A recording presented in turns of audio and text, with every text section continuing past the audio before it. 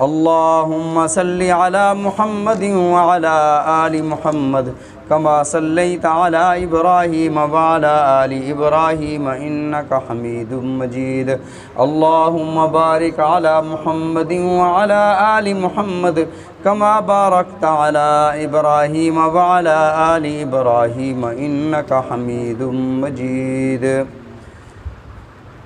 اس آیت مبارکہ میں اللہ رب العزت نے کافروں کی ہٹ درمی کو ارشاد فرمایا کہ ان کے دلوں پر مہریں لگ چکی ہیں، ان کے کانوں پر مہر لگ چکی ہے اور ان کے آنکھوں پر پردہ آ چکا ہے۔ وَلَهُمْ عَذَابٌ عَظِيمٌ، ان کے لیے بہت بڑا عذاب ہے۔ عذاب کے بارے میں کل میں نے عرض کیا تھا کہ عذاب کے بارے میں اللہ نے کئی الفاظ ارشاد فرمائے، ان میں سے ایک لفظ عذاب اور عقاب کا عرض کر دیا تھا۔ اس کے بعد ہے ایک لفظ بأسن۔ بأس کا معنی آفت بھی ہوتا ہے، بأس کا معنی سختی بھی ہوتا ہے، بأس کا معنی جنگ بھی ہوتا ہے، بأس کا معنی عذاب بھی ہوتا ہے۔ اور اسی کو اللہ رب العزت نے قرآن پاک میں ارشاد فرمایا وَلَقَدْ أَرْسَلْنَا إِلَىٰ أُمَمٍ مِّن قَبْلِكَ فَأَخَذْنَاهُمْ بِالْبَأْسَاءِ وَالضَّرَّاءِ لَعَلَّهُمْ يَتَضَرَّعُونَ۔ بأس اور ذرہ، اللہ نے فرمایا کہ بہت سی امتیں ایسی ہیں کہ ہم نے ان کی طرف سختیاں بھی بھیجیں، عذاب بھی بھیجے تاکہ یہ آہوزاری کریں، ان کے دل نرم ہو جائیں، یہ اللہ کے احکامات کی طرف لوٹ آئیں، لیکن وہ اللہ کے احکامات کی طرف نہ لوٹے۔ اسی طرح سورہ یونس میں اللہ رب العزت نے ارشاد فرمایا اذا مس الانسان، انسان سے شکوہ فرمایا اذا مس الانسان ضر دعانا لجنبہ قاعدا او قائما، جب انسان کو کوئی تکلیف پہنچتی ہے فرمایا یہ بیٹھے بیٹھے بھی مجھے پکارتا ہے، کھڑے کھڑے بھی مجھے یاد کرتا ہے، لیٹے لیٹے بھی مجھے پکارتا ہے۔ فلما کشفنا عنہ ضرہ، جب ہم اس سے اس کی تکلیف کو دور کر دیتے ہیں، اس کی تکلیف کو ہٹا دیتے ہیں۔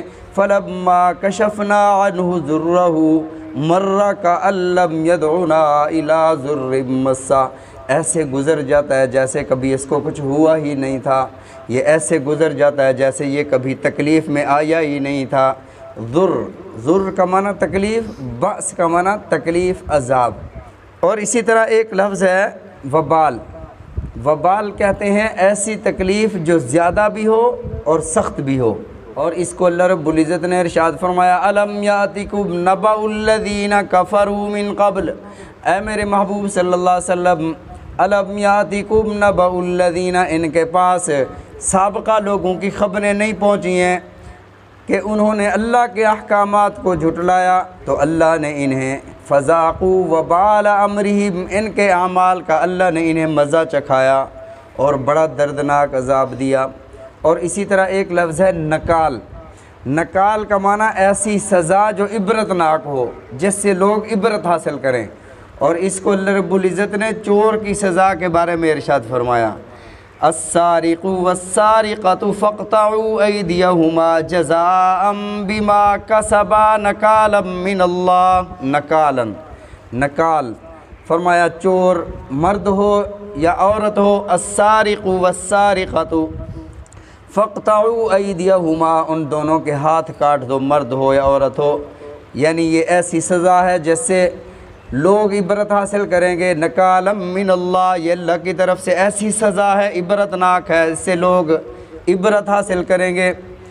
اچھا، یہاں پر السارق ارشاد فرمایا، السارق مذکر کو پہلے ارشاد فرمایا، والسارقۃ مؤنث کو بعد میں ارشاد فرمایا، چور مرد ہو یا چور عورت ہو۔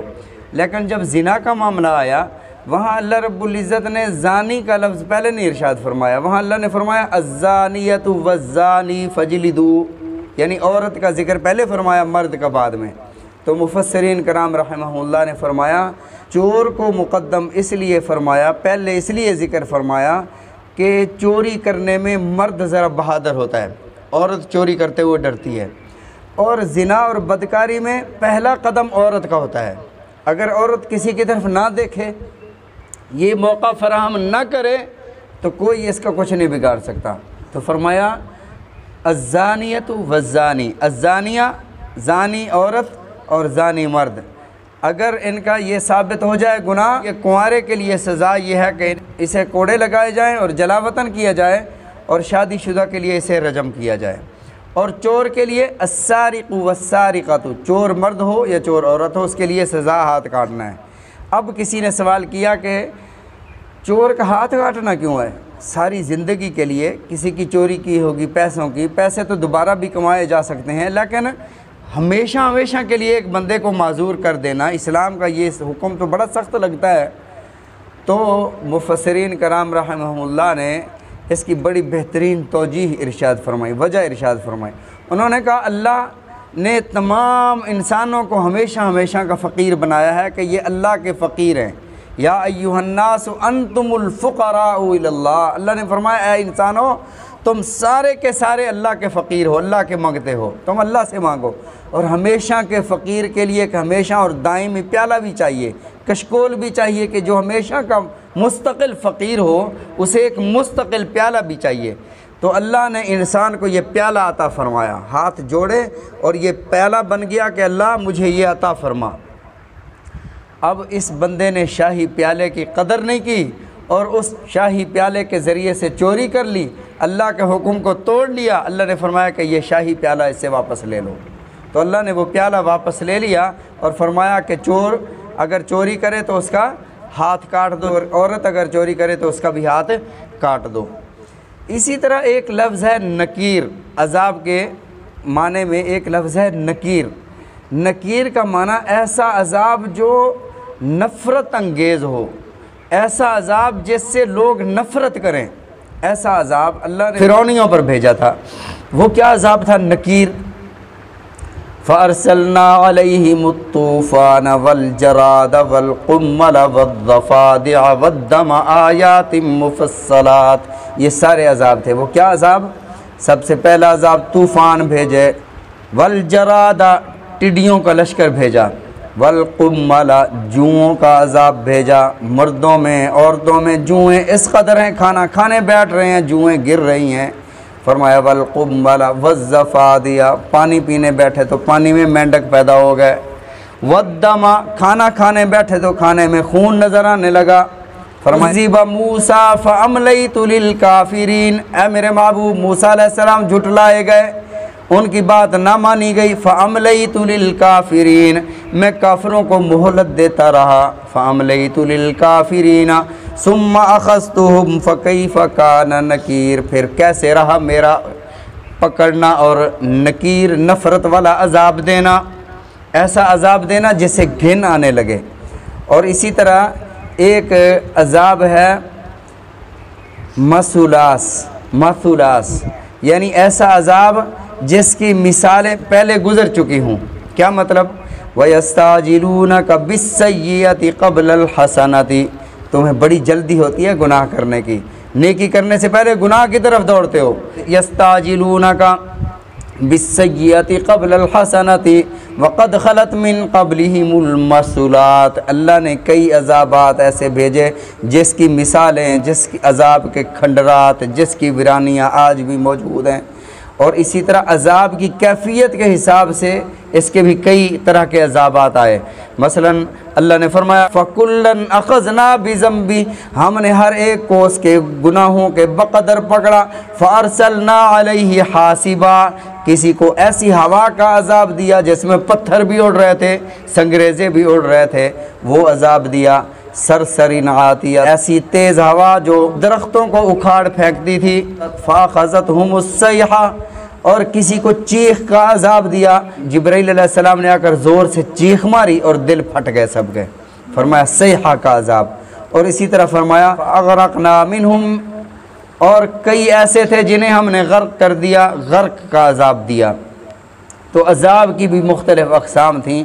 تو اللہ نے یہاں پر ارشاد فرمایا کہ عذاب عظیم، ہم نے انہیں یہ جن کے کانوں پر موریں لگائیں اور آنکھوں پر پردہ ڈال دیا، انہیں عذاب عظیم میں، بہت بڑے عذاب میں مبتلا کیا۔ عظیم کسے کہتے ہیں؟ ایک ہے لفظ عظیم، ایک ہے لفظ کبیر۔ کبیر کا معنی بھی بڑا، عظیم کا معنی بھی بڑا، اعظم کا معنی بھی بڑا، اکبر کا معنی بھی بڑا ہے۔ فرق کیا ہے؟ اکبر جو ذات اور صفات میں بڑا ہو، اور اعظم جو عظیم ہے وہ صرف صفات میں بڑا ہوتا ہے، وہ ذات میں بڑا نہیں ہوتا۔ مثال دیتا ہوں، مثلاً ایک والد ہے، وہ پڑھا ہوا نہیں ہے، وہ قرآن پاک کا حافظ نہیں، عالم نہیں، ایسے عام شخص ہے، اور اس کا بیٹا جو ہے وہ بہت بڑا مفسر، محدث، وہ بہت بڑا علامۃ الدہر بن گیا ہے۔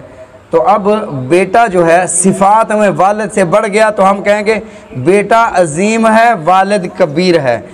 عمر کے حساب سے والد بڑا ہے، صفات میں بیٹا بڑا ہے، تو بیٹا عظیم ہے، والد کبیر ہے۔ اسی کو اللہ رب العزت نے ارشاد فرمایا وَلَهُمْ عَذَابٌ عَظِيمٌ، وہ دکھنے میں عذاب ایسا بڑا نہیں ہوتا کہ پوری روئے زمین کو، پوری جگہ کو گھیر لے، اتنا بڑا عذاب نہیں ہوتا، وہ کبیر نہیں ہوتا، وہ عظیم ایسا ہوتا ہے، دکھنے میں چھوٹا ہوتا ہے لیکن اس کی شدت اتنی ہوتی ہے، فرمایا کہ وہ عذاب عظیم ہوتا ہے۔ اس کی مثال امیہ بن خلف نے نبی علیہ الصلوۃ والسلام سے کہا کہ میں نعوذ باللہ میں آپ کو قتل کروں گا، اللہ کے نبی صلی اللہ علیہ وسلم نے ارشاد فرمایا امیہ میں تجھے قتل کروں گا۔ کائنات میں سب سے بدبخت ترین انسان وہ ہے جو نبی کو قتل کرے یا جسے نبی قتل کرے۔ امیہ آیا بدر میں، آتا نہیں تھا پہلے، ابو جہل زبردستی سے لے آیا۔ امیہ آ رہا تھا نیزہ لے کر کہ اگر آج میں نے محمد کو قتل نہ کیا صلی اللہ علیہ وسلم تو وہ مجھے قتل کر دیں گے، نیزہ لے کر آ رہا تھا۔ تو اللہ کے نبی صلی اللہ علیہ وسلم نے صحابہ سے فرمایا کہ اس کو آنے دو۔ اب یہ جب پاس آیا تو رسول اللہ صلی اللہ علیہ وسلم نے کسی صحابی سے نیزہ لے کر ہلکا سا اسے لگایا اور خراش آ گئی اس کے گردن پر، اور ایسے چیختا ہوا جیسے بیل چیختے ہیں، ایسے چیختا ہوا مکہ کی طرف دوڑا، اور مکہ پہنچنے سے پہلے پہلے یہ مر گیا اور اس کے اعضاء جھڑ گئے۔ فرمایا یہ عذاب عظیم تھا، دکھنے میں کچھ نظر نہیں آتا تھا، ہلکی سی خراش تھی، لیکن صفت میں عذاب عظیم ایسا تھا جو وہ کہتا تھا کہ اگر میری تکلیف اہل مکہ پر تقسیم کی جائے سارے مکہ والے مر جائیں، ایسی تکلیف ہے مجھے۔ تو یہ عذاب عظیم تھا۔ اللہ تعالی ہم سب کو سمجھنے کی، عمل کرنے کی توفیق عطا فرمائے۔ رسول اللہ صلی اللہ علیہ وسلم کے فرامین سمجھنے کی، عمل کرنے کی توفیق عطا فرمائے۔